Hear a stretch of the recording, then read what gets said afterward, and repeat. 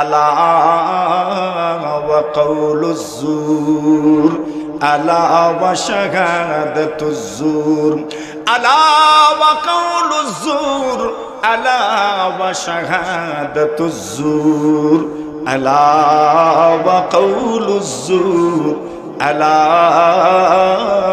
ওয়া শাহাদাতুজ জুর। আল্লাহর নবীর সাহাবী আবু বকর বলেন, আল্লাহর নবীজি হেলানরত অবস্থায় ছিলেন, হেলান ছেড়ে দিলেন। হেলান ছেড়ে দিয়ে 3 নম্বরটা বললেন, বড় কবিরা গুনার মধ্যে 3 নম্বরটা বর্ণনা করলেন, আলা ওয়া কাউলুজ জুর। নবীজি বললেন, মনে রেখো, সাবধান, সতর্ক থাকো, মিথ্যা কথা বলা। আলা ওয়া শাহাদাতুজ জুর, মিথ্যা সাক্ষী দেওয়া, এটাও কবিরা গুনাহ। নবীজির সাহাবী আবু বকর বলেন, এই কথাটা নবীজি 3 বার বলেছেন, 3 বার বলেছেন, খবরদার, সতর্ক থাকো, মিথ্যা সাক্ষী দেওয়া, মিথ্যা কথা বলা, মিথ্যা সাক্ষী দেওয়া, মিথ্যা কথা বলা, মিথ্যা সাক্ষী দেওয়া, মিথ্যা কথা বলা। নবীজি বলেন এটা হচ্ছে কবিরা গুনাহ। আবু বকর রাদিয়াল্লাহু তাআলা আনহু বলেন, ফাকুলতু লাইতাহু সাকাতা। আবু বকর বলেন, আমি তো ধারণা করেছি নবীজি মনে হয় আর থামবেন না, থামবেন না, 3 বার বলে ফেললেন। আমি তো ধারণা করেছি নবীজি মনে হয় বলতেই থাকবেন, বলতেই থাকবেন, বলতেই থাকবেন, বলতেই থাকবেন। কিন্তু যাক, শেষ পর্যন্ত 3 বার বলার পরে রাসূল থেমে গেলেন। কেন? গুরুত্বপূর্ণ কথা, এই জন্য 3 বার বলেছেন, আলা ওয়া কাউলুজ জুর, আলা ওয়া শাহাদাতুজ জুর। এইভাবে যে কথাটা বলতে যাই, আল্লাহর হাবিব সাহাবীদেরকে সম্বোধন করে বলেন, ওয়াল্লাহি লা ইউমিন, ওয়াল্লাহি লা ইউমিনু, ওয়াল্লাহি লা ইউমিনু। নবীজি বলেন, আল্লাহর কসম, সে মুমিন নয়, আল্লাহর কসম, সে মুমিন নয়, আল্লাহর কসম, সে মুমিন নয়। 3 বার যখন বলেছেন সে মুমিন নয়, কে তা তো বলেন নাই, 3 বার বলেছেন, শুধু ভূমিকাটা টেনেছেন, ওয়াল্লাহি লা ইউমিনু, কসম আল্লাহর, সে মুমিন নয়। 3 বার বলেছেন। আল্লাহর নবীর সাহাবীগণ ভীত সন্ত্রস্ত হয়ে ভয় পেয়ে গেলেন। ভীত সন্ত্রস্ত হয়ে নবীজিকে প্রশ্ন করলেন, ইয়া রাসূলুল্লাহ, ইয়া হাবিবাল্লাহ, আল্লাহর নবীজি গো, ওই লোকটা কি যার ব্যাপারে আপনি বলেছেন 3 বার বলেছেন সে মুমিন নয়, 3 বার বলেছেন সে মুমিন নয়, কে সে? নবীজি বলেন, মাল্লা ইয়ামানু জারুহু বাওয়াইক। আল্লাহর হাবিব বলেন, সাহাবীরা আমার, এমন ব্যক্তি যে ব্যক্তির অনিষ্ট থেকে তার প্রতিবেশী নিরাপদ নয়। নবীজি বলেন, যে ব্যক্তির অনিষ্ট থেকে তার প্রতিবেশী নিরাপদ নয়। নবীজি বলেন, 3 বার বলেছেন সে, জোরে বলেন, সে কি নয়? কয়বার বলছেন? 3 বার বলেছেন। কে মুমিন নয়?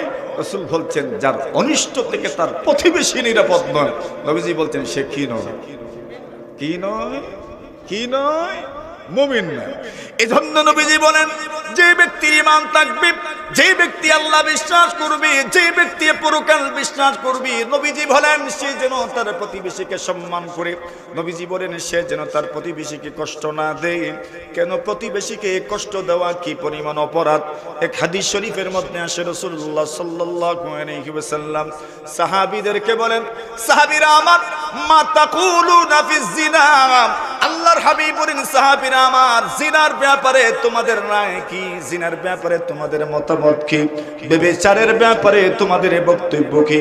সাহাবায়ে কেরাম জবাব দিলেন, ইয়া রাসূলুল্লাহ, হারামুন হারামাহুল্লাহ। আল্লাহর নবীজি গো, জিনার ব্যাপারে, ব্যভিচারের ব্যাপারে আপনি আমাদেরকে প্রশ্ন করেছেন। ওগো নবীজি, ব্যভিচার এবং জিনা হারাম, হারামাহুল্লাহ, এটা আল্লাহ হারাম করেছেন, আল্লাহ পাক নিজে হারাম করেছেন। আল্লাহর নবীজি বলেন, সাহাবীরা আমার, জিনা তো হারাম, আল্লাহ তাআলা জিনাকে হারাম করেছেন। তোমরা কি জানো? তোমরা কি জানো? লা আইয়াজনিয়ার রাজুল বিইমরাতি জারিহি। আল্লাহর হাবিব বলেন, সাহাবীরা আমার, জিনা তো হারাম, কিন্তু মনে রেখো, কোন মানুষ যদি তার প্রতিবেশীর সঙ্গে জিনা করে, কোন মানুষ যদি তার প্রতিবেশীর স্ত্রীর সঙ্গে জিনা করে, নবীজি বলেন, এই জিনা এত বড় অপরাধ, অন্য কোনো প্রতিবেশী নয়। এবং 10 জন মহিলার সঙ্গে জিনা করা যত বড় অপরাধ, প্রতিবেশীর সঙ্গে জিনা করা তার চাইতেও বড় অপরাধ। বুঝেন, প্রতিবেশীকে কষ্ট না দেওয়ার কথা রাসূল বলছেন।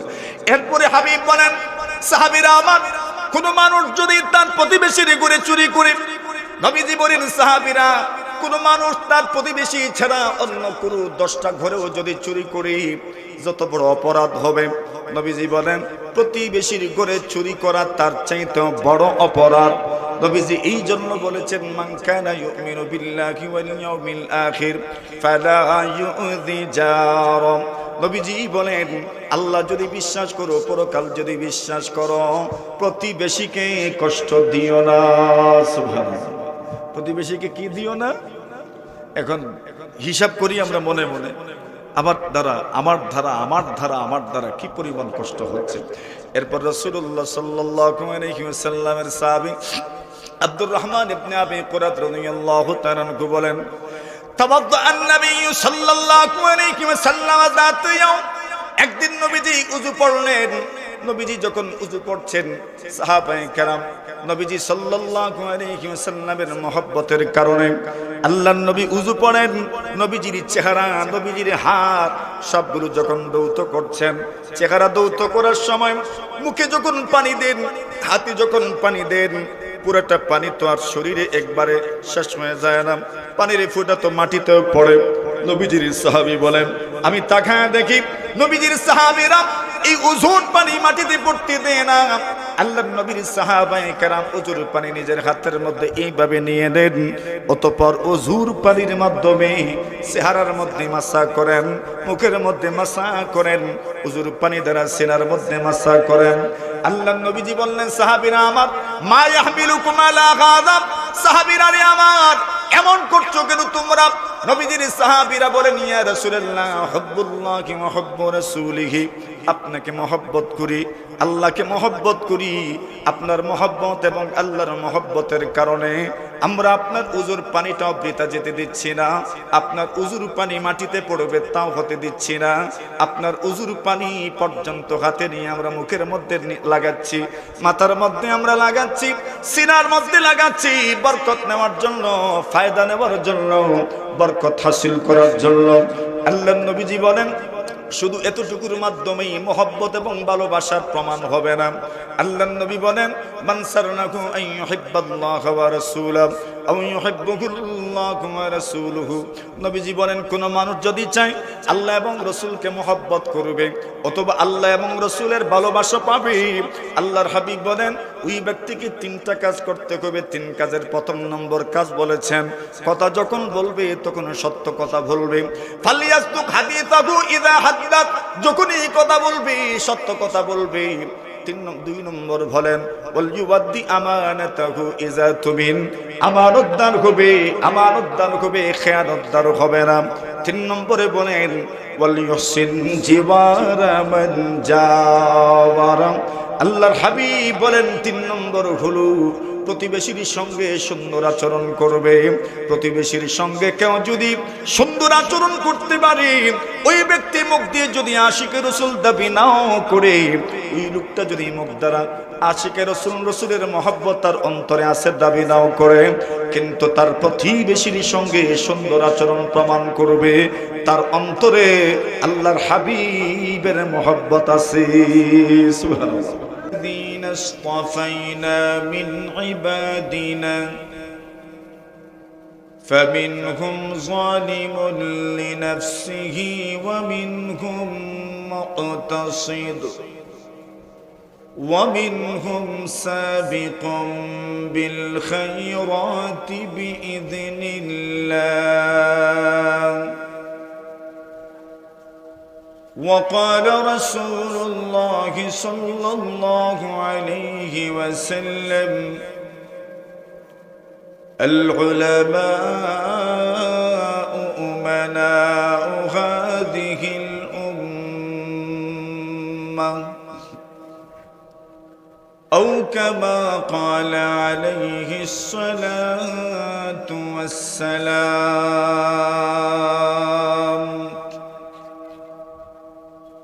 آمنت بالله صدق الله مولانا العظيم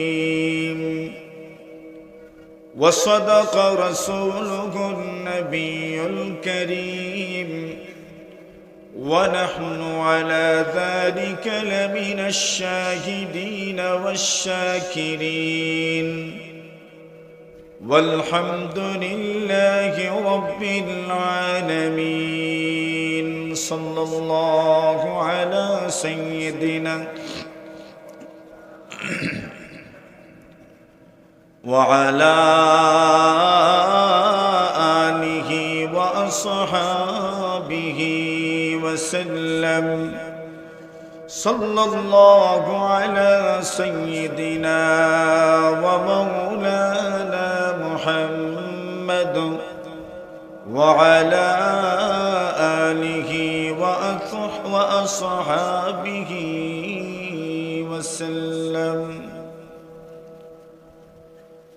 ঐতিহ্যবাহী দ্বীনি শিক্ষা প্রতিষ্ঠান জামিয়া ইসলামিয়া দারুল হাদিস মুন্সিবাজার কমলগঞ্জ মৌলভীবাজারের বার্ষিক ইসলামী মহাসম্মেলনের সম্মানিত সভাপতি মুআজ্জাজ মুকাররম হযরত উলামায়ে কেরাম, সর্বস্তরের দিন ধরদি ধর্মপ্রাণ মুসলমান ভাইরা,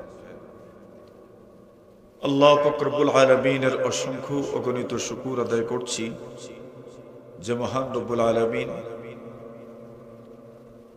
আমাদের মৌলভীবাজার জেলার ঐতিহ্যবাহী এক স্থানে ঐতিহ্যবাহী এক শিক্ষা প্রতিষ্ঠানের বার্ষিক সম্মেলনে উপস্থিত হওয়ার তৌফিক দান করেছেন। এজন্য আমরা প্রত্যেকেই অন্তরের অন্তঃস্থল থেকে শুকর জ্ঞাপন করছি, আলহামদুলিল্লাহ। এতক্ষণ পর্যন্ত আপনাদের এই প্রিয় জামিয়ার অত্যন্ত গুরুত্বপূর্ণ অধিবেশন, বিগত বছরের হিসাব প্রতিবেদন আপনারা শুনেছেন এবং কৃতি শিক্ষার্থী যারা অত্যন্ত কৃতিত্বের সাথে উত্তীর্ণ হয়েছে, বিভিন্ন বোর্ডের অধীনে পরীক্ষায় অংশগ্রহণ করে তাদেরকে পুরস্কৃত করা হয়েছে। আমরা সেটা উপভোগ করেছি। আমরা সকলেই দোয়া করি প্রতিষ্ঠানের জন্য, আল্লাহ তাআলা এই প্রতিষ্ঠানকে দিন দিন আরো তারাক্কি দান করুন। একটা প্রতিষ্ঠান একটা অঞ্চলের ঠিকানা হয়ে যায়, প্রতীকী চিহ্ন হয়ে যায়। অনেক সময় কেউ জিজ্ঞাসা করবে বাড়ি কোথায়, তো বলবেন মুন্সিবাজার মাদ্রাসার পশ্চিমের বাড়ি। কেউ বলবো মুন্সিবাজার মাদ্রাসার পশ্চিম উত্তরের বাড়ি, কেউ বলবো মাদ্রাসার পশ্চিম দক্ষিণ বাড়ি। মানে কি একটা প্রতিষ্ঠান এক একটা ঠিকানা হয়ে যায়। এখন এই প্রতিষ্ঠানের মূল্য যত বাড়বে, এই প্রতিষ্ঠানের ভ্যালু যত বেশি হবে, নিশ্চিতভাবে আমরা বলতে পারবো আমাদের ঠিকানার প্রকাশটা তার চেয়েও আরো বেশি ভ্যালুয়েবল। কেন? যে আমরা এমন একটা প্রতিষ্ঠানের প্রতিবেশী, যে প্রতিষ্ঠানের সুনাম সুখ্যাতি বেশি, তো নিশ্চিতভাবে এমন একটা প্রতিষ্ঠানের প্রতিবেশী হতে পারা এটা তো গৌরবের বিষয়, ঠিক না? ঠিক। দেখেন, প্রতিবেশী অনেক গুরুত্বপূর্ণ একটা ব্যাপার। হাদিস শরীফে রাসূল আকরাম সাল্লাল্লাহু আলাইহি চার জিনিস মানুষের সৌভাগ্যের লক্ষণ। এর মধ্যে একটা হচ্ছে আল মাসকানুল ওয়াসি, প্রশস্ত ঘর, প্রশস্ত বাড়ি। থাকার জন্য যে আমরা বাড়ি বানাই, একটা বাড়ি যদি প্রশস্ত হয়, এই প্রশস্ত বাড়ি রসুলের কথা মতো মানুষের সৌভাগ্যের লক্ষ্য। 2 নম্বর আল মারকাবুল হানি, আরামদায়ক বাহন। আপনি যেটা চড়েন, আপনার যাতায়াতের জন্য যেটা নিত্য সঙ্গী সব সময়, এই আরামদায়ক বাহন পেয়ে যাওয়া, এটাও একটা সৌভাগ্যের আলাপ। 3 নম্বর বলেছেন আল জারুস সালিহ, নেক প্রতিবেশী, উত্তম প্রতিবেশী মানুষের সৌভাগ্যের লক্ষ্য। প্রতিবেশী যদি ভালো হন, তাহলে এই মানুষ যে কি পরিমাণ উপভোগ্য জীবন যাপন করে, কি পরিমাণ আরামদায়ক জীবন যাপন করে, এটা ভালো প্রতিবেশী যে পায় নাই সে বুঝে। ঠিক না বেটি? প্রতিবেশী ভালো হোক অনেক বড় একটা নিয়ামত। 4 নম্বর বলেছেন, এটা আরো বড়, আয-যাওজাতুস সালিহা, নেককার স্ত্রী। নবীজি বলছেন এটা সৌভাগ্যবানের লক্ষণ, নেককার স্ত্রী। স্ত্রী যদি নেককার না হয়, তাহলে এই লোকের জীবন কি জাত জীবন, এটা এমন মানুষ ছাড়া আর কেউ জানে না। ঠিক না বেটি? নেককার স্ত্রী পেয়ে যাও, এটা সৌভাগ্যের লক্ষণ। এখন যারা নেককার স্ত্রী পাইছে, দেখবেন মুখে হাসিই থাকে বেশি। আর যাদের স্বরাষ্ট্রমন্ত্রী ভালো নয়, দেখবেন মন মেজাজ বেশিরভাগ সময় খারাপ থাকে। ঠিক না বেটি? নবীজির এই কথা কত বাস্তব, যেটা আমরা হারে হারে টের পাচ্ছি। এখন ভালো উত্তম প্রতিবেশী, একটা প্রতিষ্ঠান আমার প্রতিবেশী, এর চেয়ে সুন্দর উত্তম আর কি হতে পারে? আচ্ছা, প্রতিবেশীর সাথে ব্যবহারটা কেমন হবে? হাদিস শরীফে রাসূল আকরাম সাল্লাল্লাহু আলাইহি ওয়াসাল্লাম বলেন, মান কানা ইউমিনু বিল্লাহি ওয়াল ইয়াউমিল আখির ফালইউকরিম জারাহ। নবীজি বলেন, যারা আল্লাহ বিশ্বাস করেন, পরকাল বিশ্বাস করেন, নবীজি বলেন ফালইউকরিম জারাহ, সে যেন তার প্রতিবেশীকে সম্মান করে। আল্লাহর উপর বিশ্বাস রাখি, আখিরাত বিশ্বাস করি, তো আমার করণীয় কি? প্রতিবেশীকে কি করা? জোরে বলে, সম্মান করা, প্রতিবেশীকে সম্মান করা। এখন প্রতিবেশী বলতে তো আমরা বুঝি, কোন উলামায়ে কেরাম তো বলেন নিজের বাড়ির থেকে 40 ঘর দূরত্বে যারা আছে এরাও প্রতিবেশী। আল্লাহর হাবিব বলেন, কোন মানুষ যদি আল্লাহ বিশ্বাস করেন, পরকাল বিশ্বাস করেন, নবীজি বলেন ফালইউকরিম জারা, সে যেন তার প্রতিবেশীকে সম্মান করেন। অন্য হাদিসে রাসূল বলেন, মান কানা ইউমিনু বিল্লাহি ওয়াল ইয়াউমিল আখির ফালা ইউযি জারা, কেউ যদি আল্লাহ বিশ্বাস করেন, কেউ যদি পরকাল বিশ্বাস করেন, নবীজি বলেন সে যেন তার প্রতিবেশীকে কষ্ট না দেয়, প্রতিবেশীকে কষ্ট না দেয়। এখন এই কথাগুলো যে আমরা বলছি, আমি সহ কতজনের মাথার উপর দিয়ে যে যাচ্ছে একমাত্র আল্লাহ ছাড়া আর কেউ জানে না। ঠিক না বেটি? নবীজি বলছেন পরকাল বিশ্বাস করেন, রাসূল বিশ্বাস করেন, আল্লাহ বিশ্বাস করেন, ওনার জন্য জরুরি হচ্ছে প্রতিবেশীকে কিনা দেয়া, কষ্ট না দেয়। এখন আমার জীবন, আমার না আপনার জীবন, সবার জীবন যদি নিজে নিজে যদি আমরা একটু সার্ভে করি, তাহলে দেখব আমাদের বেশিরভাগই আমরা প্রতিবেশীকে বেশি জ্বালাই। ঠিক না বেটি? নবীজি বলছেন প্রতিবেশীকে যেন কষ্ট না দেয়। আচ্ছা, আরেক হাদিস শুনেন। আবু হুরায়রা রাদিয়াল্লাহু তাআলা আনহু বলেন, একদিন আল্লাহর হাবিব আমাদের সামনে বক্তব্য রাখছেন। বক্তব্যের একটা পর্যায়ে রাসূলুল্লাহ সাল্লাল্লাহু আলাইহি ওয়াসাল্লাম আমাদেরকে সম্বোধন করে বললেন, মাইয়া আখুযানি হাউলাইল কালিমাত ফায়ামালু বিহিন্না আও ইউআল্লিমু মাইয়ামালু বিহিন্না। নবীজি বলেন, সাহাবীরা আমার, আমি তোমাদেরকে কিছু কথা বলবো, আমি তোমাদের সামনে কিছু বক্তব্য দিব, কিছু নসিহত করব, তোমাদেরকে কিছু উপদেশ করব আমি। নবীজি বলেন, কে আছো আমার উপদেশগুলো তুমি গ্রহণ করবে, মুখস্থ রাখবে, তুমি নিজে আমল করবে। ফায়ামালু বিহিন্না আও ইউআল্লিমু মাইয়ামালু বিহিন্না, নিজে আমল করবে অথবা এমন মানুষের কাছে তুমি আমার বক্তব্যটা পৌঁছায় দিবে যে নিজে এই কথাগুলোর উপর আমল করবে। আবু হুরায়রা রাদিয়াল্লাহু তাআলা আনহু বলেন, রাসূল যেমন ভাবে বলেছেন, কে আছো কে আছো কে আছো, আমার এই কথাগুলো নিজে গ্রহণ করবা, নিজে মুখস্থ করবা। আবু হুরায়রা বলেন, আমি এই মজলিসের মধ্যে ছিলাম, আমি দাঁড়ায় গেলাম। ফাকুমতু, আমি দাঁড়িয়ে গেলাম, হাত উঁচু করে বললাম, ইয়া রাসূলুল্লাহ, নবীজি আপনি বলেছেন আপনার নসিহত, আপনার ওয়াজ, আপনার উপদেশকে গ্রহণ করবে। আমি আবু হুরায়রা আপনার উপদেশ, আপনার নসিহত কবুল করার জন্য প্রস্তুত হয়ে গেছি। আল্লাহর নবীর সাহাবী আবু হুরায়রা বলেন, ফাআখাযা রাসূলুল্লাহ সাল্লাল্লাহু আলাইহি ওয়াসাল্লাম বিয়াদি, আল্লাহর নবী বিশ্ব নবীজি আমার হাতে ধরলেন, আমার হাতে ধরে ধরে একে একে রাসূলুল্লাহ 5টা জিনিসের আদেশ আমাকে করলেন। ফাআদ্দা খামসা, 5টি জিনিসের আদেশ করলেন। 1 নম্বরে বললেন, ইত্তাকিল মাহারিমা তাকুন আবাদান নাস, নবীজি বললেন তুমি হারাম জিনিস থেকে বেঁচে থাকো, আল্লাহর জমিনের সবচেয়ে বড় ইবাদত করনেওয়ালা তুমি হয়ে যাবে।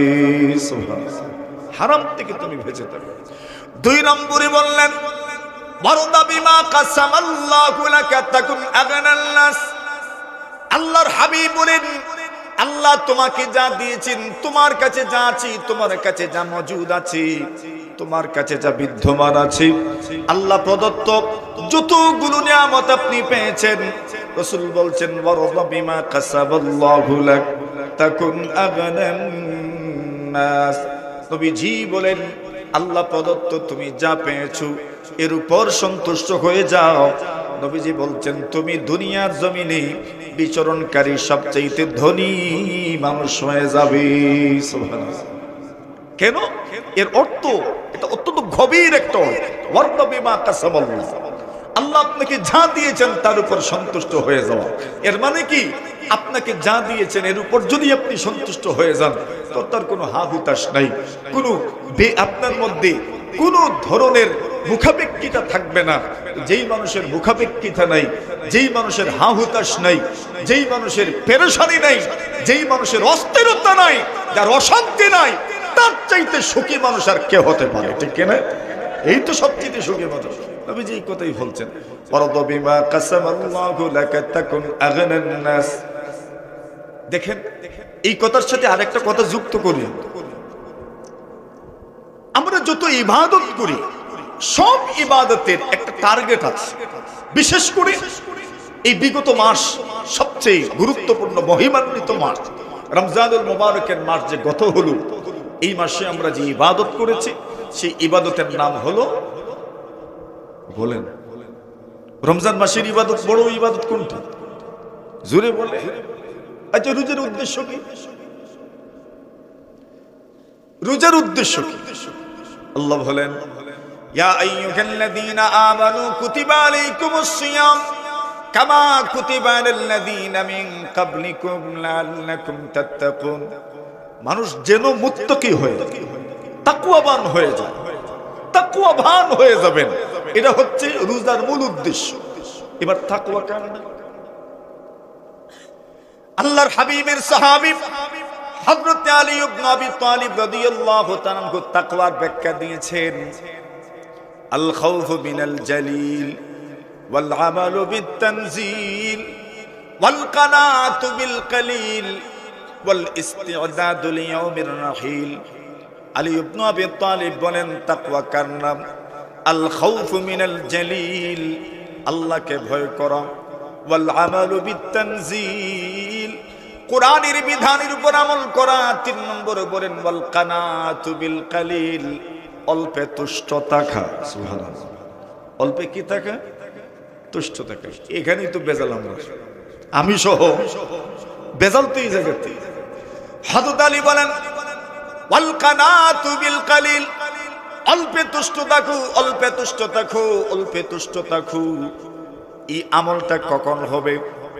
এই কথার বিশ্বাস যদি রাখতে পারি আমি যতই হাত পা নাড়ি না কেন, যতই আমি চেষ্টা করি না কেন, যা নসিবে লেখা আছে তাই আসবে, এর চাইতে বেশি কোনোদিন আসবে না। ঠিক না? নসিবে যা আছে তাই আসবে। ওয়াল কানাতু বিল কালিল।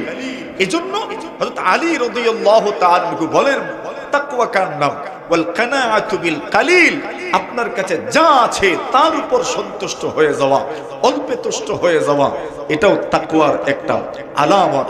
এরপর বলছেন ওয়াল ইস্তিআদাদ লিয়াউমির রাহিল, পরকালের জন্য প্রস্তুতি গ্রহণ করা, মৃত্যু পরবর্তী জীবনের জন্য প্রস্তুতি গ্রহণ করা। এই চারটি জিনিস যদি কোনো মানুষের মধ্যে পাওয়া যায় তাহলে বোঝা যাবে আল্লাহর এই বান্দা বান্দি তাকওয়া অবলম্বন করেছেন, মুত্তাকি হয়ে গেছেন। রোজার টার্গেটও এটা, কুরবানির টার্গেটও এটা, নামাজের উদ্দেশ্য এটা। মানুষ যেন মুত্তাকি হয়ে যায়, মানুষ যেন মুত্তাকি হয়ে যায়, মানুষ যেন তাকওয়াবান হয়ে যায়। আল্লাহ ভীতি মানুষের আত্মার অন্তরের কোরআন যেন হয়ে যায়, এটা ছিল সকল ইবাদতের মূল টার্গেট, মূল উদ্দেশ্য। তো মানুষ তাকওয়াবান হয়ে যাবে। যে কথা আমরা বলছিলাম, হযরত রাসূলুল্লাহ সাল্লাল্লাহু আলাইহি ওয়াসাল্লাম বলেন ওয়ারদা বিমা কাসাবাল্লাহু লাকা তাকুন আগনান নাস, আল্লাহ আপনাকে যা দিয়েছেন তার উপর সন্তুষ্ট হয়ে যান। রাসূল বলছেন সবচেয়ে বড় ধনী মানুষ হয়ে যান। এরপরে বলেন ওয়া আহসিন ইলা জারিকা তাকুন মুমিনা, আল্লাহর নবীজি বলেন সাহাবী শোনো, ওয়া আহসিন ইলা জারিকা তাকুন মুমিনা, তুমি তোমার প্রতিবেশীর সঙ্গে সুন্দর আচরণ করো, প্রতিবেশীর সঙ্গে ভালো ব্যবহার করো। আল্লাহর হাবিব বলেন তাকুন মুমিনা, রাসূল বলছেন তুমি পরিপূর্ণ মুমিন হয়ে যাবে, তুমি পরিপূর্ণ মুমিন হয়ে যাবে প্রতিবেশীর সঙ্গে যদি ব্যবহার সুন্দর হয়। নবীজি বলেন আল্লাহর ওই বান্দা বান্দি সবচেয়ে পরিপূর্ণ মুমিন হয়ে যাবেন। সুবহানাল্লাহ। আচ্ছা, এই কথাটা নবীর আর এক হাদিসের মাধ্যমে বলেছেন। একদিন নবীজি সাহাবীদেরকে সম্বোধন করে বলতে থাকলেন ওয়াল্লাহি লা ইউমিনু, ওয়াল্লাহি লা ইউমিনু, ওয়াল্লাহি লা ইউমিনু। আল্লাহর হাবিবের আল্লাহর কসম সে মুমিন নয়। একবার, আবার বললেন আল্লাহর কসম সে মুমিন নয়। আবার বলেছে আল্লাহর কসম সে মুমিন নয়। কয়বার? কয়বার? আচ্ছা, আমরা যে মাঝে মাঝে রাগ করিয়া কই তিনবার হইলাম, কয়বার হইলাম? তিনবার। এর মানে কি? এর বাদে যে তুইব সামলাইও। কয়বার? কয়বার? রাসূল আকরাম সাল্লাল্লাহু আলাইহি ওয়াসাল্লামের অভ্যাস ছিল অনেক কথা রাসূল তিনবার বলতেন, গুরুত্ব বোঝানোর জন্য। তিনবার তিনবার। দেখেন না, অনেক বিষয় তো অর্ডার অর্ডার অর্ডার, মানে কয়বার? দৃষ্টি আকর্ষণ হইল, গুরুত্বপূর্ণ কথা, মানে তিনবার। নবীজি অনেক কথা তিনবার বলতেন। একদিন রাসূলুল্লাহ সাল্লাল্লাহু আলাইহি ওয়াসাল্লাম ওয়াজ করছেন সাহাবীদেরকে, আর প্রথমে প্রশ্ন জিজ্ঞাসা করেছেন আলা উনাব্বিউকুম বিআকবারিল কাবাইর।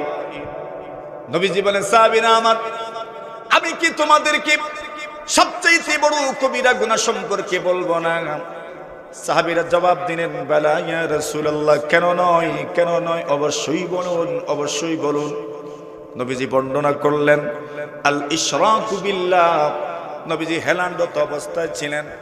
হেলানরত অবস্থায় রাসূল ওয়াজ করছেন, সাহাবীদেরকে প্রশ্ন করেছেন আলা উনাব্বিউকুম বিআকবারিল কাবাইর, আমি কি তোমাদেরকে সবচেয়ে বড় কবিরা গুনাহ সম্পর্কে বলবো না? সাহাবীরা জবাব দিলেন বালা ইয়া রাসূলুল্লাহ, কেন নয় নবীজি, অবশ্যই বলুন সবচেয়ে বড় কবিরা গুনাহ কোনটা? নবীজি বললেন আল ইশরাকু বিল্লাহ, আল্লাহর সঙ্গে শিরক করা। নবীজি হেলানরত অবস্থায় আছেন। দুই নম্বরে বললেন ওয়া উকুকুল ওয়ালিদাইন, মা বাবার অবাধ্য হয়ে যাওয়া, মা বাবার নাফরমানি করা, এটাও হচ্ছে বড় কবিরা গুনাহ। আল্লাহর নবীর সাহাবী আবু বকর রাদিয়াল্লাহু তাআলা আনহু বলেন এতক্ষণ পর্যন্ত নবীজি হেলানরত অবস্থায় ছিলেন। এরপরে রাসূলুল্লাহ সাল্লাল্লাহু আলাইহি ওয়াসাল্লাম হেলান ছেড়ে দিলেন। ওয়া কানা মুত্তাকিয়ান ফাজালাসা, আল্লাহর নবীজি হেলানরত অবস্থায় ছিলেন, ফাজালাসা, এরপরে হেলান ছেড়ে দিলেন, বসে পড়লেন। মানে 3 নম্বরে যেই কথাটা বলতে যাচ্ছেন এই কথাটা কি পরিমাণ গুরুত্বপূর্ণ এবং কি পরিমাণ গুরুত্বপূর্ণ, কি পরিমাণ সমাজের জন্য জরুরি। নবীজি হেলান ছেড়ে দিলেন, হেলান ছেড়ে দিয়ে 3 নম্বর কথাটা বললেন। 3 নম্বর কথাটা বলতে গিয়ে রাসূলুল্লাহ সাল্লাল্লাহু আলাইহি ওয়াসাল্লাম বলেন, আলা ওয়া কাউলুজ জুর, আলা ওয়া শাহাদাতুজ জুর, আলা ওয়া কাউলুজ জুর, আলা ওয়া শাহাদাতুজ জুর, আলা ওয়া কাউলুজ জুর, আলা ওয়া শাহাদাতুজ জুর। আল্লাহর নবীর সাহাবী আবু বকর বলেন, আল্লাহর নবীজি হেলানরত অবস্থায় ছিলেন, হেলান ছেড়ে দিলেন। হেলান ছেড়ে দিয়ে 3 নম্বরটা বললেন। বড় কবিরা গুনার মধ্যে 3 নম্বরটা বর্ণনা করলেন, আলা ওয়া কাউলুজ জুর। নবীজি বললেন, মনে রেখো, সাবধান, সতর্ক থাকো, মিথ্যা কথা বলা। আলা ওয়া শাহাদাতুজ জুর, মিথ্যা সাক্ষী দেওয়া, এটাও কবিরা গুনাহ। নবীজির সাহাবী আবু বকর বলেন, এই কথাটা নবীজি 3 বার বলেছেন, 3 বার বলেছেন, খবরদার, সতর্ক থাকো, মিথ্যা সাক্ষী দেওয়া, মিথ্যা কথা বলা, মিথ্যা সাক্ষী দেওয়া, মিথ্যা কথা বলা, মিথ্যা সাক্ষী দেওয়া, মিথ্যা কথা বলা। নবীজি বলেন এটা হচ্ছে কবিরা গুনাহ। আবু বকর রাদিয়াল্লাহু তাআলা আনহু বলেন, ফাকুলতু লাইতাহু সাকাতা। আবু বকর বলেন, আমি তো ধারণা করেছি নবীজি মনে হয় আর থামবেন না, থামবেন না। 3 বার বলে ফেললেন। আমি তো ধারণা করেছি নবীজি মনে হয় বলতেই থাকবেন, বলতেই থাকবেন, বলতেই থাকবেন, বলতেই থাকবেন। কিন্তু যাক, শেষ পর্যন্ত 3 বার বলার পরে রাসূল থেমে গেলেন। কেন? গুরুত্বপূর্ণ কথা, এই জন্য 3 বার বলেছেন, আলা ওয়া কাউলুজ জুর, আলা ওয়া শাহাদাতুজ জুর। এইভাবে যেই কথাটা বলতে যাই, আল্লাহর হাবিব সাহাবীদেরকে সম্বোধন করে বলেন, ওয়াল্লাহি লা ইউমিন, ওয়াল্লাহি লা ইউমিনু, ওয়াল্লাহি লা ইউমিনু। নবীজি বলেন, আল্লাহর কসম, সে মুমিন নয়, আল্লাহর কসম, সে মুমিন নয়, আল্লাহর কসম, সে মুমিন নয়। 3 বার যখন বলেছেন সে মুমিন নয়, কে তা তো বলেন নাই। 3 বার বলেছেন, শুধু ভূমিকাটা টেনেছেন, ওয়াল্লাহি লা ইউমিনু, কসম আল্লাহর, সে মুমিন নয়। 3 বার বলেছেন। আল্লাহর নবীর সাহাবীগণ ভীত সন্ত্রস্ত হয়ে ভয় পেয়ে গেলেন। ভীত সন্ত্রস্ত হয়ে নবীজিকে প্রশ্ন করলেন, ইয়া রাসূলুল্লাহ, ইয়া হাবিবাল্লাহ, আল্লাহর নবীজি গো, ওই লোকটা কি যার ব্যাপারে আপনি বলেছেন 3 বার বলেছেন সে মুমিন নয়, 3 বার বলেছেন সে মুমিন নয়, কে সে? নবীজি বলেন, মাল্লা ইয়ামানু জারুহু বাওয়াইক। আল্লাহর হাবিব বলেন, সাহাবীরা আমার, এমন ব্যক্তি যে ব্যক্তির অনিষ্ট থেকে তার প্রতিবেশী নিরাপদ নয়। নবীজি বলেন, যে ব্যক্তির অনিষ্ট থেকে তার প্রতিবেশী নিরাপদ নয়। নবীজি বলেন, 3 বার বলেছেন সে কি নয়? কয়বার বলছেন? 3 বার বলেছেন। কে মুমিন নয়? রাসূল বলছেন, যার অনিষ্ট থেকে তার প্রতিবেশী নিরাপদ নয়। নবীজি বলছেন, সে কি নয়? কি নয়? কি নয়? মুমিন নয়। এজন্য নবীজি বলেন, যে ব্যক্তির ঈমান থাকবে, যে ব্যক্তি আল্লাহ বিশ্বাস করবে, যে ব্যক্তি পরকাল বিশ্বাস করবে, নবীজি বলেন সে যেন তার প্রতিবেশীকে সম্মান করে। নবীজি বলেন, সে যেন তার প্রতিবেশীকে কষ্ট না দেয়। কেন? প্রতিবেশীকে কষ্ট দেওয়া কি পরিমাণ অপরাধ। এক হাদিস শরীফের মধ্যে আসে, রাসূলুল্লাহ সাল্লাল্লাহু আলাইহি ওয়াসাল্লাম সাহাবীদেরকে বলেন, সাহাবীরা আমার, মা তাকুলুনা ফিজ জিনা। আল্লাহর হাবিব বলেন, সাহাবীরা আমার, জিনার ব্যাপারে তোমাদের রায় কি? জিনার ব্যাপারে তোমাদের মতামত কি? ব্যভিচারের ব্যাপারে তোমাদের বক্তব্য কি? সাহাবায়ে কেরাম জবাব দিলেন, ইয়া রাসূলুল্লাহ, হারামুন হারামাহুল্লাহ। আল্লাহর নবীজি গো, জিনার ব্যাপারে, ব্যভিচারের ব্যাপারে আপনি আমাদেরকে প্রশ্ন করেছেন। অগরবিজি, ব্যভিচার এবং জিনা হারাম, হারামাহুল্লাহ, এটা আল্লাহ হারাম করেছেন, আল্লাহ পাক নিজে হারাম করেছেন। আল্লাহর নবীজি বলেন, সাহাবীরা আমার, জিনা তো হারাম, আল্লাহ তাআলা জিনাকে হারাম করেছেন। তোমরা কি জানো? তোমরা কি জানো? লা আইয়াজনিয়ার রাজুল বিইমরাতি জারিহি। আল্লাহর হাবিব বলেন, সাহাবীরা আমার, জিনা তো হারাম, কিন্তু মনে রেখো, কোন মানুষ যদি তার প্রতিবেশীর সঙ্গে জিনা করে, কোন মানুষ যদি তার প্রতিবেশীর স্ত্রীর সঙ্গে জিনা করে, নবীজি বলেন এই জিনা এত বড় অপরাধ অন্য কোন প্রতিবেশী নয়, এবং 10 জন মহিলার সঙ্গে জিনা করা যত বড় অপরাধ, প্রতিবেশীর সঙ্গে জিনা করা তার চাইতেও বড় অপরাধ। বুঝেন, প্রতিবেশীকে কষ্ট না দেওয়ার কথা রাসূল বলছেন। এরপরে হাবিব বলেন, সাহাবীরা আমার, কোন মানুষ যদি তার প্রতিবেশীর ঘরে চুরি করে, নবীজি বলেন সাহাবীরা, কোন মানুষ তার প্রতিবেশী ছাড়া অন্য কোন 10টা ঘরেও যদি চুরি করে, যত বড় অপরাধ হবে, নবীজি বলেন প্রতিবেশীর ঘরে চুরি করা তার চাইতে বড় অপরাধ। নবীজি এই জন্য বলেছেন, মান কানা ইউমিনু বিল্লাহি ওয়াল ইয়াউমিল আখির ফালা ইউযি জার। নবীজি বলেন আল্লাহ যদি বিশ্বাস করো, পরকাল যদি বিশ্বাস করো, প্রতিবেশীকে কষ্ট দিও না। সুবহানাল্লাহ। প্রতিবেশীকে কি দিও না? এখন হিসাব করি আমরা মনে মনে, আমার দ্বারা কি পরিমাণ কষ্ট হচ্ছে। এরপর রাসূলুল্লাহ সাল্লাল্লাহু আলাইহি ওয়াসাল্লামের সাহাবী আব্দুর রহমান ইবনে আবি কুরাত রাদিয়াল্লাহু তাআলা আনহু বলেন, তাওয়াদ্দা আন-নবী সাল্লাল্লাহু আলাইহি ওয়াসাল্লাম যাত ইয়াউম, একদিন নবীজি ওযু পড়লেন। নবীজি যখন ওযু পড়ছেন, সাহাবায়ে কেরাম নবীজি সাল্লাল্লাহু আলাইহি ওয়াসাল্লামের মহব্বতের কারণে আল্লাহর নবী ওযু পড়েন, নবীজির চেহারা, নবীজির হাত সবগুলো যখন দৌত করছেন, চেহারা দৌত করার সময় মুখে যখন পানি দেন, হাতে যখন পানি দেন, পুরোটা পানি তো আর শরীরে একবারে শেষ হয়ে যায় না, পানির ফোঁটা তো মাটিতেও পড়ে। নবীজির সাহাবী বলেন, আমি তাকায় দেখি নবীজির সাহাবীরা এই ওযুর পানি মাটিতে পড়তে দেয় না। আল্লাহর নবীর সাহাবায়ে কেরাম ওযুর পানি নিজের হাতের মধ্যে এইভাবে নিয়ে নেন, অতঃপর ওযুর পানির মাধ্যমে চেহারার মধ্যে মাসা করেন, মুখের মধ্যে মাসা করেন, ওযুর পানি দ্বারা সিনার মধ্যে মাসা করেন। আল্লাহর নবীজি বললেন, সাহাবীরা আমার, মা ইয়াহমিলুকুম আলা গাযা, সাহাবীরা রে আমার, এমন করছো কেন তোমরা? নবীজির সাহাবীরা বলেন, ইয়া রাসূলুল্লাহ, হুব্বুল্লাহি ওয়া হুব্বু রাসূলিহি, আপনাকে মহব্বত করি, আল্লাহকে মহব্বত করি, আপনার মহব্বত এবং আল্লাহর মহব্বতের কারণে আমরা আপনার ওযুর পানিটাও বৃথা যেতে দিচ্ছি না, আপনার ওযুর পানি মাটিতে পড়বে তাও হতে দিচ্ছি না, আপনার ওযুর পানি পর্যন্ত হাতে নিয়ে আমরা মুখের মধ্যে লাগাচ্ছি, মাথার মধ্যে আমরা লাগাচ্ছি, সিনার মধ্যে লাগাচ্ছি, বরকত নেওয়ার জন্য, ফায়দা নেওয়ার জন্য, বরকত হাসিল করার জন্য। আল্লাহর নবীজি বলেন, শুধু এতটুকুর মাধ্যমেই মহব্বত এবং ভালোবাসার প্রমাণ হবে না।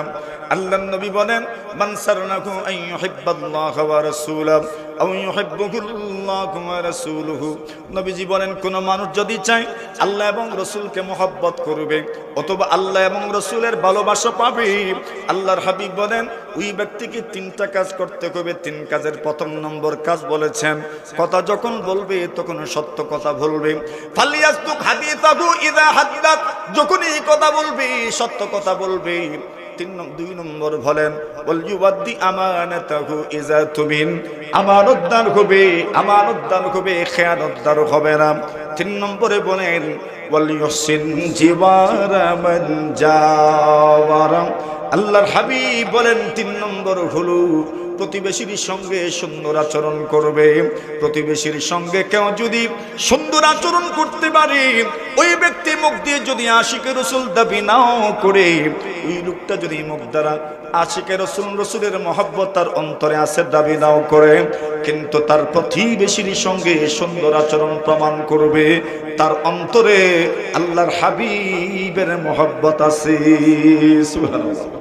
তো প্রতিবেশী আমি কত অনেক দূরে নিয়ে গেছি, যেটা আমি বোঝাতে চাচ্ছিলাম সেটা হচ্ছে আমাদের প্রতিবেশী এই মাদ্রাসা, ঠিক না বেঠিক? জুড়ে বলে, আমাদের প্রতিবেশী কি? এই মাদ্রাসা, এই মসজিদ আমাদের প্রতিবেশী। এখন দেখেন আমাদের এই প্রতিবেশীটা কত দামি প্রতিবেশী। দেখেন কিছু কিছু অঞ্চল, কিছু কিছু এলাকা, এগুলোর মর্যাদা বৃদ্ধির জন্য যথেষ্ট এক একটা মাদ্রাসা, এক একটা মসজিদ যথেষ্ট। এই এলাকার সুনাম, এই এলাকার সুখ্যাতি, এই এলাকার মর্যাদা বৃদ্ধির জন্য এক একটা প্রতিষ্ঠান যথেষ্ট। আপনারা জেনে থাকবেন, আমি বলেছি অনেক জায়গায়, শুনেও থাকবেন যে আমাদের বিশ্বে একটা উন্নত রাষ্ট্র আছে ইউরোপের, যে রাষ্ট্রের নাম হচ্ছে স্পেন, আসমানিয়া। স্পানিয়া অথবা যেই নামে মানুষ একসময় স্মরণ করতো এটাকে, এখন আমরা এটাকে স্পেন নামে চিনি। স্পেন ভূখণ্ড পৃথিবীর মানচিত্রে অত্যন্ত পরিচিত একটা দেশ, এবং অনেক মানুষের কাছে অনেক দেশের নাম না জানলেও আর অনেক দেশের শহরের নাম না জানলেও স্পেনের কয়েকটা শহরের নাম মানুষ কিছু জানে, ঠিক না? কেমনে জানে সেটা আপনারা জানেন। এমন একটা দেশ হচ্ছে স্পেন ভূখণ্ড।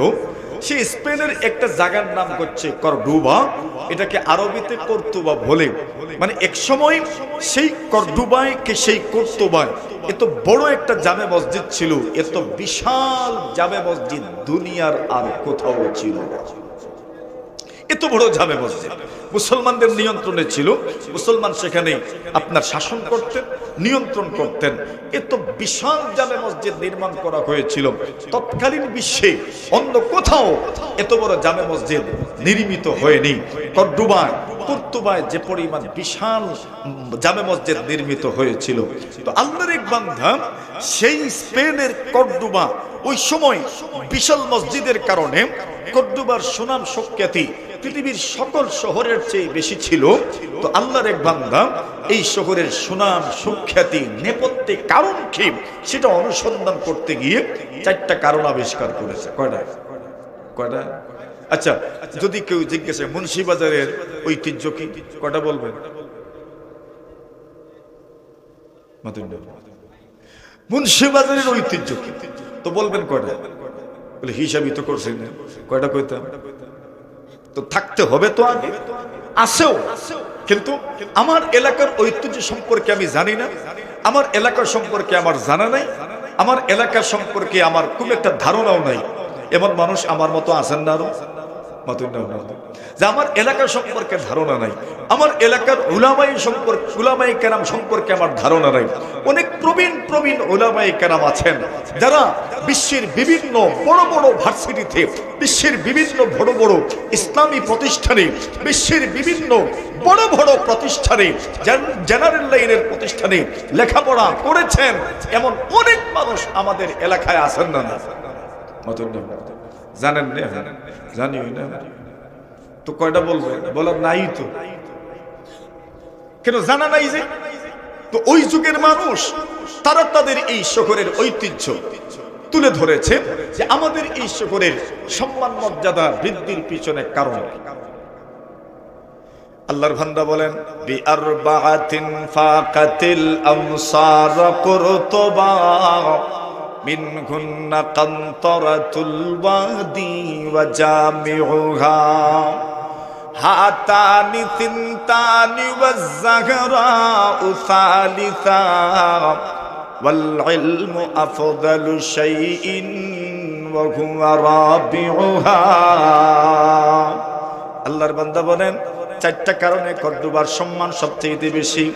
4টি কারণে কর্ডোবার শহরের সম্মান সব শহরের চেয়ে অনেক বেশি। সেই 4টি কারণের প্রথম নম্বর আল্লাহর বান্দা বর্ণনা করেছে বিআরবাতিন। এই 4টির প্রথম নম্বর হলো মিনহুন্না কান্তরাতুল ওয়াদি। এই কর্ডোবা শহরের বুক চিরে যে নদী প্রবাহিত হয়েছে, যে নদীর নাম আল ওয়াদিল কাবীর, বড় একটা উপত্যকা আছে, একটা নদীর মতো একটা জিনিস আছে। সেই নদীর উপর নির্মিত পুল, তৎকালীন যুগে এত প্রযুক্তি সম্পন্ন পুল দুনিয়ার কোথাও ছিল না। সবচাইতে প্রযুক্তি সম্পন্ন পুল নির্মিত হয়েছিল কর্ডোবা শহরে। আল্লাহর বান্দা বলেন এই কর্ডোবা শহরের উপরে নির্মিত পুলের কারণে, ব্রিজের কারণে কর্ডোবা শহরের সুনাম আর সুখ্যাতি সবার চেয়ে বেড়ে গেছে। একটা পুলের কারণে। আচ্ছা, এখনো পদ্মা সেতু, যমুনা সেতু, আমরাও অনেক সময় গর্ব করে বলি আমাদের সিলেটের মধ্যে সবচেয়ে দীর্ঘতম সেতু রানীগঞ্জের সেতু, মানে বলি আমরা ওইটা ঐতিহ্য হিসেবে তুলে ধরি। আচ্ছা, আমাদের সিলেটে একটা আপনার দীর্ঘতম সেতু আছে, এটা লম্বা ব্রিজ আছে, লম্বা সেতু আছে। কেন এটা বলি? কেন যে আমার ঐতিহ্য আমি তুলে ধরছি, যে আমার এলাকায় আমার বিভাগে একটা লম্বা সেতু আছে। তো বলছেন কর্ডোবার সুনাম সুখ্যাতি বৃদ্ধির পিছনে একটা বড় কারণ হচ্ছে যে কর্ডোবার বুক ছিঁড়ে যে নদী প্রবাহিত হয়েছে, সেই নদীর উপর নির্মিত প্রযুক্তি সম্পন্ন পুলের কারণে কর্ডোবার সম্মান সুখ্যাতি বেড়েছে। এটা 1 নম্বর। দুই নম্বরে বললেন ওয়াজামিউহা কর্দোবার জামে মসজিদ। সুবহানাল্লাহ। কর্দোবার কি? জোরে জামে মসজিদ বলতে খুব কষ্ট হচ্ছে। কর্দোবার কি? জোরে সুরে কর্দোবার জামে মসজিদ। কর্দোবার জামে মসজিদ এত বিশাল ছিল, এত বৃহৎ ছিল যে ওই সময় এত বিশাল জামে মসজিদ দুনিয়ার আর কোথাও ছিল না। তো দুর্ভাগ্য আমাদের যে ওই বিশাল জামে মসজিদ আর এখন আমাদের নাই, ওইটা খ্রিস্টানদের দখলে। তারা এটাকে গির্জার মতো বানায় রাখছে, খ্রিস্টানরা তাদের ইবাদত করে, এটা যেন ঐতিহ্যবাহী স্থাপনা হিসেবে রেখে দিয়েছে। মুসলমানদের দখল নাই, কিচ্ছুই নেই। এটা শুধু আমাদের কপালের দুর্গতি। কথা বলেন ঠিক না ঠিক? জোরে বলে এটা আমাদের কপালের কি? জোরে বলে আমাদের কপালের কি? দুর্গতি। নবী আকরাম সাল্লাল্লাহু আলাইহি ওয়াসাল্লাম বলেন, কোন মানুষ যদি আল্লাহর বিধান ছেড়ে দেয়, ওয়ালাম ইয়ানকুযু আহাদাল্লাহি ওয়া আহাদা রাসূলিহি ইল্লা সাল্লাল্লাহু আলাইহিম আদুওয়াম মিন গায়রিহিম ফাআখাযু বা'দা মা ফি আইদিহিম। আল্লাহর হাবিব বলেন, সাহাবীরা আমার, কিছু কিছু বদভ্যাস এমন আছে, কিছু কিছু গুনাহ এমন আছে, কিছু কিছু পাপ এমন আছে, কোন জাতি যদি এই পাপগুলোর মধ্যে জড়িয়ে পড়ে, এই পাপাচার অনাচারের মধ্যে যদি জড়িয়ে পড়ে, আল্লাহর হাবিব বলেন জাতিগত আযাব আর শাস্তি আল্লাহ তাদেরকে দিবেন। আল্লাহর হাবিব বর্ণনা করতে করতে করতে করতে একটা পর্যায়ে গিয়ে বলেন, ওয়ালাম ইয়ানকুযু আহাদাল্লাহ ওয়া আহাদা রাসূলিহি। কোন মানুষ যদি আল্লাহর সঙ্গে কৃত ওয়াদা ভঙ্গ করে, প্রতিজ্ঞা ভঙ্গ করে, রাসূলের সঙ্গে কৃত ওয়াদা এবং প্রতিজ্ঞা ভঙ্গ করে, নবীজি বলেন এই জাতির শাস্তি হচ্ছে ইল্লা সাল্লাল্লাহু আলাইহিম আদুওয়াম মিন গায়রিহিম। ওই জাতির উপর আল্লাহ তাআলা বিজাতীয়দেরকে লেলিয়ে দেন। নাউজুবিল্লাহ। টের পাচ্ছেন তো? কোন জাতি যদি আল্লাহর সঙ্গে কৃত ওয়াদা ভঙ্গ করে, নবীর সঙ্গে কৃত ওয়াদা ভঙ্গ করে, সেই জাতির শাস্তি হচ্ছে, জাতিগত শাস্তি হচ্ছে বিজাতীয়রা তাদের উপর ক্ষমতাগিরি করবে, দাদাগিরি করবে। সারা দুনিয়া ব্যাপী মুসলিম জাতির সাথে তাই হচ্ছে। কথা বলে ঠিক না? এটাই তো দেখছেন আপনারা, এটাই তো দেখছি আমরা। কেন এর পিছনে কারণ কি?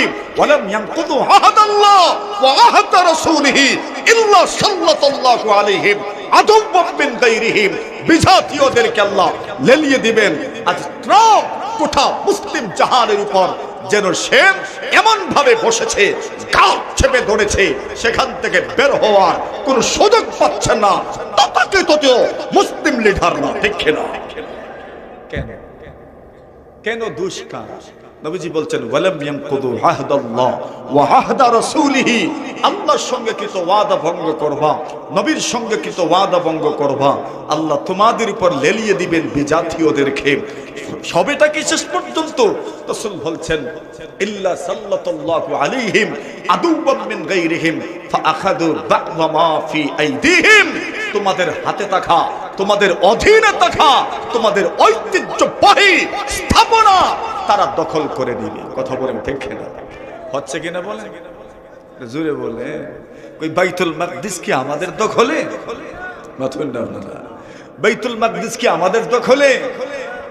আয়া সোফিয়াও তো আমাদের দখলে ছিল না, আল্লাহ আমাদেরকে এনে দিয়েছেন। এটা এসেছে, দেখুন ওই কর্দোবার জামে মসজিদটা পর্যন্ত আমাদের দখলে নেই। সেটা আমাদের দুর্গতি ছাড়া আর কিছু নয়। তো বলছেন 2 নম্বর হচ্ছে ওয়াজামিউহা কর্দোবার জামে মসজিদ। 3 নম্বর হাতানি সিনতান ওয়া যাহরাউ সালিসা। 3 নম্বর হচ্ছে মদিনাতুজ যাহরা। আর 4 নম্বর আল্লাহর বান্দা বলেন ওয়াল ইলমু আফদালু শাইইন ওয়া হুয়া রাবিউহা।